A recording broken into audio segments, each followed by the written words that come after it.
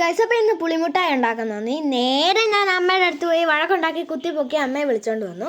അങ്ങനെ ഇതാ ശർക്കരയൊക്കെ ഒഴുക്കി പുളി പിന്നെ ഞാൻ വഴക്കുണ്ടാക്കിക്കൊണ്ടിരിക്കുന്നതുകൊണ്ട് അമ്മ വേഗം അരച്ചെടുത്തു കേട്ടോ. അല്ലെങ്കിൽ ഇന്നൊന്നും തീരൂല.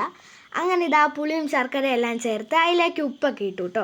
അങ്ങനെ നന്നായിട്ട് മിക്സ് ചെയ്തുകൊണ്ടിരിക്കുമായിരുന്നു. ഉപ്പും മുളകെല്ലാം ഇട്ടു. അങ്ങനെ മിക്സ് ചെയ്ത് അതൊന്ന് കുറുകി വന്നപ്പോഴേക്കും പിന്നെ അത് പൊട്ടിത്തെറിക്കാൻ തുടങ്ങി ഗൈസ്. അമ്മയുടെ മുഖത്തോട്ട് മൊത്തം തെറിച്ചേ.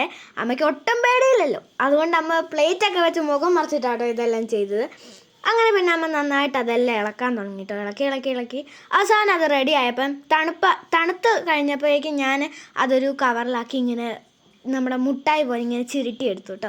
നല്ല ടേസ്റ്റായിരുന്നു, അടിപൊളി സാധനമായിരുന്നു കേട്ടോ. നല്ല അലിഞ്ഞു പോകുന്ന ടേസ്റ്റായിരുന്നു ഗൈസ്.